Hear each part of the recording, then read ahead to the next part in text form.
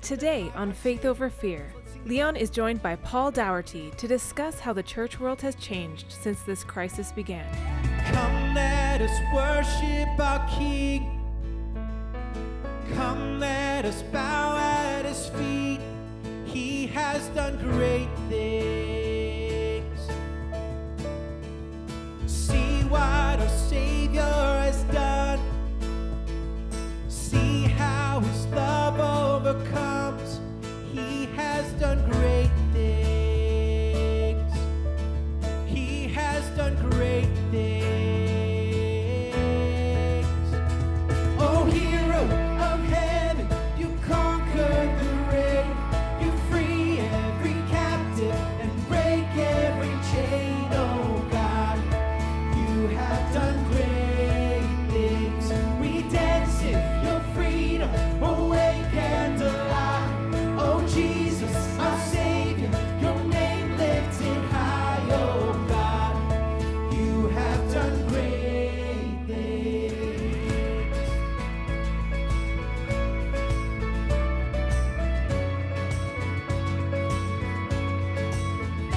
You've been faithful through every storm. You'll be faithful forevermore.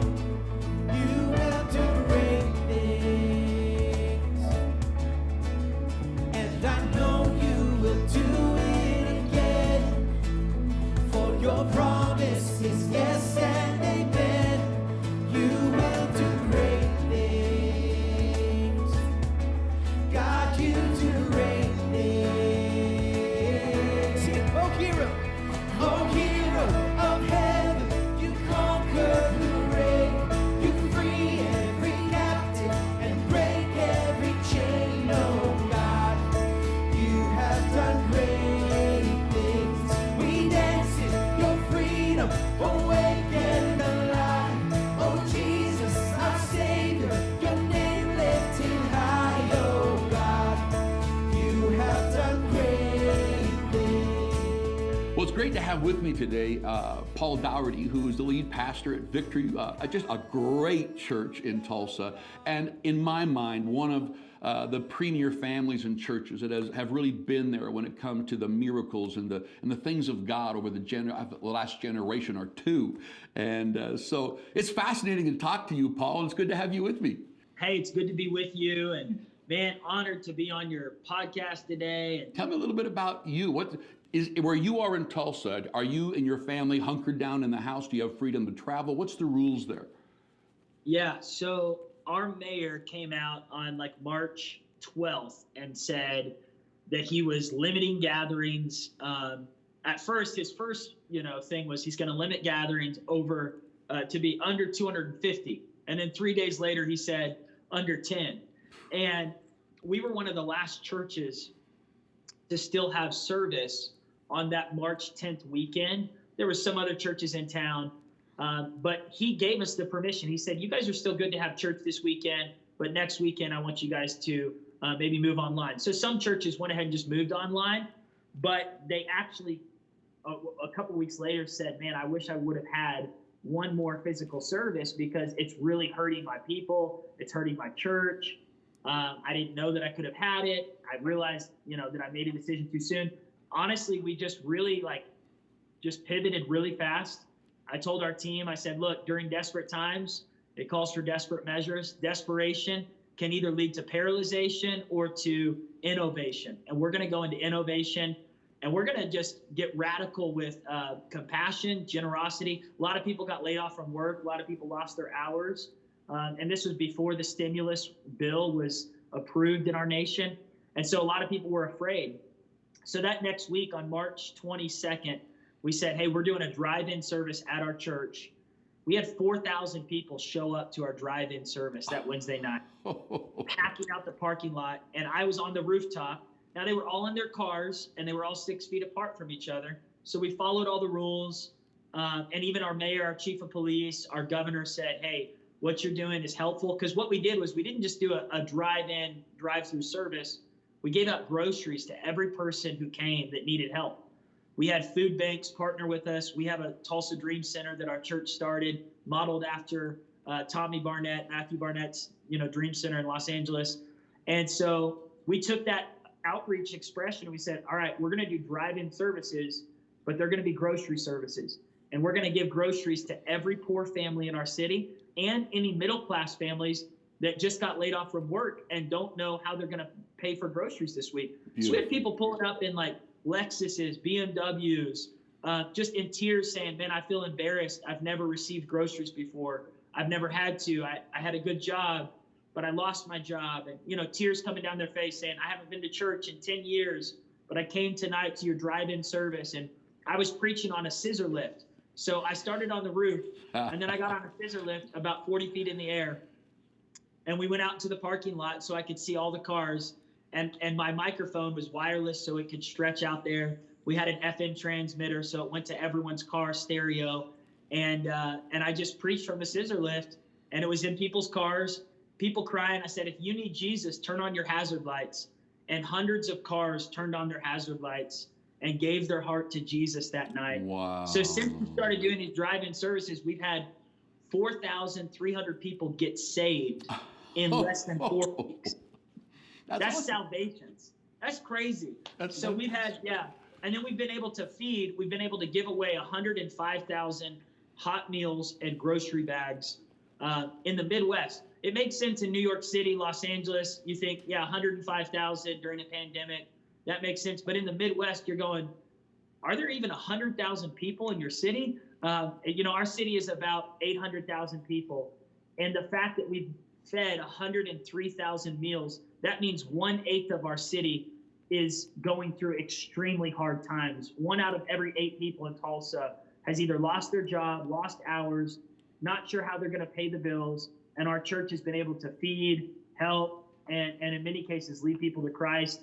But it's been an interesting time on the family side, and then the church side has been, God's doing great things in both areas, but it's not easy, Yeah, and I think there's a lot of people that, that it's either going to be trying on their marriage if it's just barely getting by, or a lot of people are kind of resetting and enjoying the time in the family. There's still a lot of fear out there, you're right.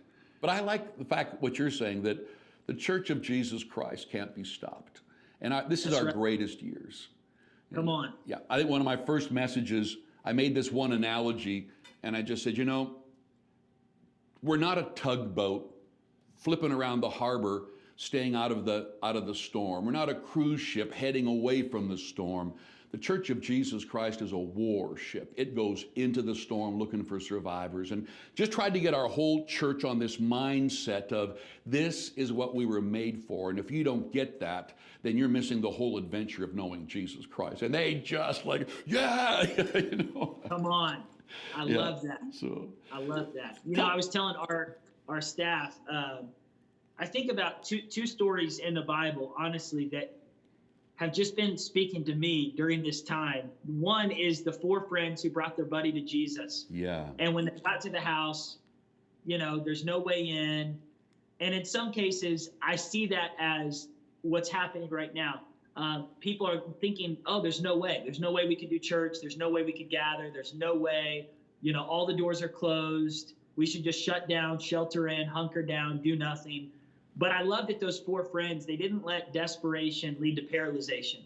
They let desperation turn into innovation. They climbed on top of the roof, and they dug a hole in the roof. And I think it's a time for churches to dig holes in roofs and to find new ways to bring people to Jesus. And it's going to look different. And the other Bible story I've been thinking about is when the women came looking for Jesus on Sunday morning, and they got to the tomb, and the place where their pastor should be, because he was their pastor. That was the early church. And it was like they were coming to find him where they would normally think to find him, but he wasn't there. On Sunday morning, I was in our auditorium. It was empty on Easter, but our parking lot was packed because we were doing church outside. And I heard God say, what if auditoriums are the empty tomb this year?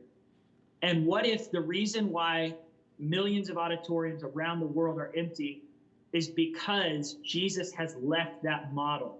And maybe when we return, we will come back to the auditorium, but maybe it's going to look different. And maybe God's trying to renew the church, remodel the church, reinvigorate the church to do things from a different angle, different perspective. Like for us, we've been doing things the last 4 weeks that we've never done before. That we are not called to regurgitate the past. Yeah. We're not called to regurgitate the 80s and the 90s and early 2000s. That I think maybe God's taken us into a new era of church. And maybe there is a tomb that some people want to go back to. And Jesus is saying, hey, we're going back to a new normal, not the same old, It's going to look different. So I think we will meet in our auditorium again for sure. Maybe in 3 weeks for us in Oklahoma, they're talking about reopening the state. But I've been thinking, maybe we're going to do things different, like have more online interaction on stage, live in our services, preaching with the TV, showing the live chat, inviting people in their chairs to join the chat, talking with the chat, praying live, maybe even doing more drive-in services. I don't know, just changing things up and not letting this season be the only time we change. I think this is going to remind us all that, let's get back and make sure that we are the church that's winning people. And innovation is key. And what you just said, I think, is smack on. There's the foundation that you're standing on gives you, I kind of say it like this. I believe there are families in ministry like you, like Joel, there's so many that they need to go from strength to strength. Why start all over again if someone has built a foundation of buildings, of finances, of people, of television? Why would God want that all petering away? We can still take that and do the innovation, be whatever we need to be. And so, man, I'm just echoing you. I think that's dead on the money. We're going to see unique church coming up. And also, I think we're going to see people, with a purpose. Come on. People with purpose have way more fun than people with money. That's good. We think it's all money and all the beautiful, wonderful promises. Oh, I love them all. But I've seen people with it all, but without this amazing purpose for their lives. It's boring. Money's boring. Travel is boring. Vacations get boring unless you're doing it and always going back or living your purpose. And Come on. So you had to find that. Tell me a little bit about, you and I were in Florida together, and I heard you speak, and man, I thought it rocked as you shared this very transition of taking over. Taking over from your dad, who had gone to be with Jesus, and some of the problems, but you seem to have some epiphanies you walked through. Tell me a little bit about that. What's going on in your head? Because it's not the COVID storm, but you had your own kind of storm a few years ago. Yeah, so when my dad passed away, our attendance dropped by 4,000 people in a matter of 2.5 to 3 years. My mom stepped in as the interim pastor, and it wasn't her fault. In fact, she was honestly, a very, very good leader during that time. But I think people had a hard time seeing her as a female leader, and also seeing her trying to wear the shoes that my dad wore. People were so comfortable with his voice, his style, his leadership, his preaching. And so my mom carried it for about those 4 years. And it just, I was her assistant pastor during that time. I was pastoring the college ministry, and many nights where I had just gotten married to my wife 2 weeks before my dad passed away. He married us. He ministered our wedding, and then he passed away. And so during those few years of just pain, I remember many nights my wife and I crying together because we were having to lay off people. My mom said, I need you guys to lay off some staff members. We can't afford to pay them anymore. Our church had declined. I thought we were going to have to shut the doors of our whole ministry. And I was really just carrying this vision inside me. I knew I was called to pastor, but I didn't want to be an Absalom. I didn't want to try to take things away from my mom or assert myself as a leader. I was the youngest of 4 siblings that are all great in ministry. But I knew in my heart, the night my dad passed, I knew God had called me to pastor our church. And I heard God say, serve your mom, serve the church, and get ready because you're going to pastor these people soon. And little did I know it would be 5 years from the day that my dad passed away that I would be stepping in as pastor. And I didn't even realize until almost a year after he had passed that he had told my mom and our board of trustees that Paul was the one to be the future pastor of Victory. And when I heard that, I was like, wow, God. But then during the pain, I was like, is there going to be any church for me to pastor? As I'm watching thousands of people leave, families that I had grown up with that, decided to switch churches or just decided to stop going to church in general because they couldn't wrap their minds around why my dad died at such a young age. He was 57 years old, and it was such a fast, aggressive cancer that within 2 months of him, telling us that he had it, he was passed away. So it was painful. And I remember many nights coming to our church. Right before my dad passed, I had just come on staff. I had served my whole life as a volunteer. When you're a pastor's kid, you volunteer everywhere. Yeah. But I got hired on right before he passed away in a part-time position. I had worked in kids and youth. I was a janitor before. But my position when I got hired on was to serve our college ministry. And I remember asking my dad, hey, Dad, can I have the keys to the building? And he was like, no, you get one key, a key to your office. You're not going to get keys to our building. I said, Dad, I had keys as a janitor. I had multiple keys. I used to walk around, flaunt all my keys. And he was like, why do you want more keys? I said, because I'm your son and I need access. Keys represent authority and access. And he said, no, you just need one key. And so then when he passed away, oftentimes I was locked out of the building. I would come here to just pray or come here to cry, sit on the piano and just, honestly, just kind of pour my heart out to God when no one was in the building. But I was always locked out. So I had to call a janitor, call a security guard. And I didn't just feel locked out of the building physically. I felt locked out of my calling during that time. I felt depressed. I felt discouraged. I felt hopeless. And I was wondering, God, is the dream or the vision of pastoring this church ever going to come to pass? Or if it does come to pass, am I going to be the one that has to close the church down because I'm the wrong leader and we've already lost so many people and we're going to have to give this away to some other ministry in town? So all these feelings were there, and I felt locked out of. People would call me and say, hey, can you come pray for my dad in the hospital? And I'd say, man, I don't have the keys to that. I'm locked out of that. My prayers don't work. I don't have the same keys my dad had. I don't have the keys to being a visionary leader. I don't have the keys to being able to raise money to keep the church going. I felt locked out of all the doors spiritually, emotionally.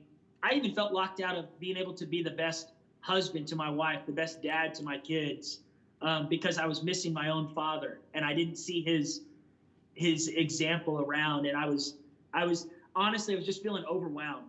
One night I call our janitor. I'm standing outside the church and it's like 10 p.m. and I say, hey, can I come in? I just want to go in and pray and play on the piano because I don't have a piano at my house. So I said, can I just come in and just pray? And he goes, it's late. Why are you here? I said, because I don't know where else to go. And I just need, I told my wife, I just need to go to the church and just pray. And so he said, well, I'm locking up rooms across the city at our other buildings because we have a dream center in North Tulsa. And he said, it's going to be an hour before I get back. So I start trying to break into our church building. I start punching the door. I'm hurting my hand. I take my credit card out. I try to shimmy it between the cracks of the door. I'm trying to break in. And I'm like, this is my life. I can't even break into my own church. I can't even, and I felt so hopeless. And I had this thought, you know what? I'm just going to use this little key my dad gave me, and I'm going to shove it in the door and then try to just yank the door open. And I took the little key he gave me and I shoved it in, but it fit perfectly. And I was like, that's really strange. And it dawned on me, I've never tried this before. And I turned it and it unlocked the outside door of our big building. And I was like, God, did you just morph my key? What just happened to my key? And I go inside, I kid you not, and I go, I'm going to try this key on our choir room. So I try it, it unlocks the choir room. So then I go to the auditorium because right before my dad passed away, the year before he died, he built a 5,000 seat auditorium. And to be honest, I was mad at him for building it because when he passed, we had to set up curtains all around the floor to block off 3,000 chairs because our church was shrinking. So I said to myself, if this key unlocks this door, everything changes. And I stuck it in there and I was like, oh God, pretty please let it work. And I turned it and it unlocked it. And it dawned on me, I've had the master key this whole time and I didn't even realize it. And when that epiphany happened in my mind. I just sat on the stage for the next hour, just cried and began to dream about the kind of church God had called us to build. And I said, God, tonight, for the first time ever, I feel like I have the key. I feel like, and it was almost like my dad was up in heaven going, duh, I've been trying for you to figure this out. And I was like, this whole time, Dad, this whole time, my dad was asking, why didn't you tell me? And it was almost like my dad was wanting me to figure it out for myself. Yeah. You know, it's almost like, I don't know why he never said, you have the master key. But I think he wanted me to figure that out. And that night, you know, because the key didn't say master on it. Honestly, the key just said B, the B key.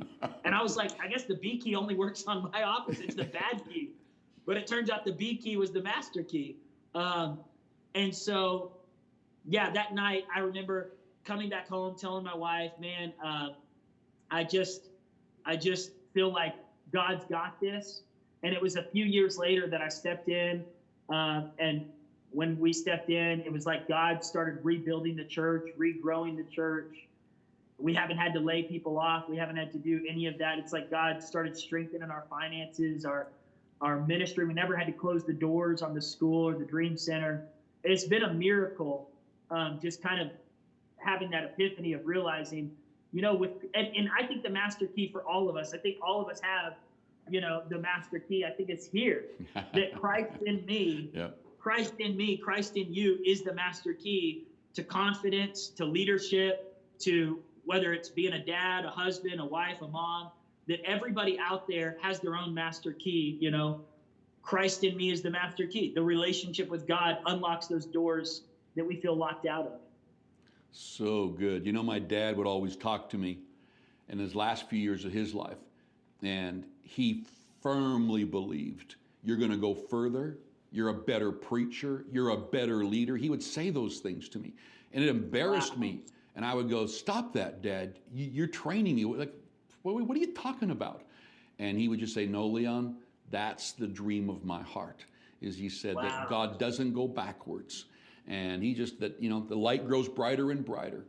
There's no way that, you know, when you get old and your kids or whoever begins to work with you and all this ministry stuff, that you want to be the hero that no one gets better than you or I. That's ridiculous. We want, and that really touched me. And I can see that in your dad too. There's this belief in him that things go further, they go bigger. And I'm sure he's cheering you on up there going, you better, come on, go for it. Yeah, he probably wants to be part of the action too. He was always wanting to be, you know, involved in everything. But man, that's a great word that you just said. I hope that one day when I get older, my kids get older, that I can be that same type of dad that just champions the next generation to go further. I feel like I'm the coach as the senior pastor, that the coach is never the best player. You know, he can't kick, he can't run, he can't block, but he's respected as the coach. So I want, while I'm alive, I want all my family and all the other gifts that God is giving our ministries. I want them all here, and I believe they're going to be better than anything I've ever done, but I just think they'll just look at me while I'm here as the coach that's coordinating it all.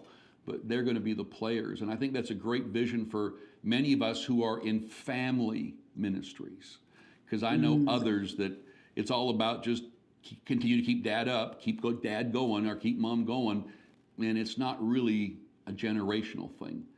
That's really good, Pastor. Anything you want to share before we go? Any final thoughts about just our conversation or thinking? Or No, I just think, you know, you are a great pastor and leader.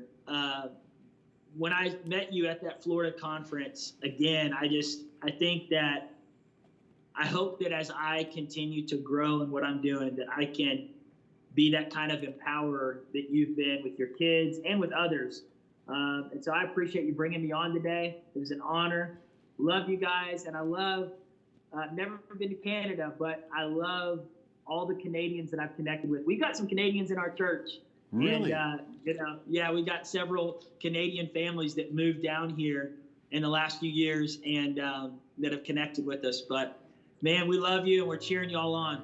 Thank you. Well, I told you in January, we're going to get you up here to Canada and see this amazing country and get into our church a little bit. So we'll stay in touch. Yes, sir. All right. Love you. Love you, man. God bless. Let the king of my heart be the mountain where I run, the fountain I drink from. Oh, he is my song. You are good, you're good. Oh, you are good, you're good. Oh, let the king of my heart be the wind inside my sails, the anchor in the waves. Oh, he is my song. Let the king of my heart be the fire inside my veins, the echo of my days. Oh, he is my song. You are good, you're good. Oh, you are good, you're good. Oh, you are good, you're good. Oh, and you are good, you're good.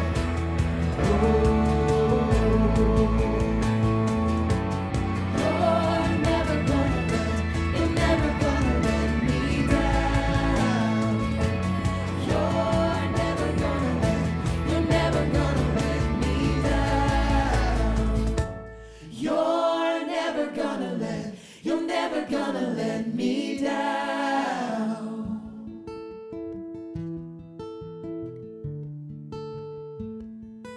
You are good, you're good. Oh, You are a child of God. you are Healing, protection, and blessing are a part of your inheritance in Christ. As a Miracle Channel family, let's make a decision every day to choose faith over fear. To get more resources to help you stay in faith, go to miraclechannel.ca/faith over fear. oh.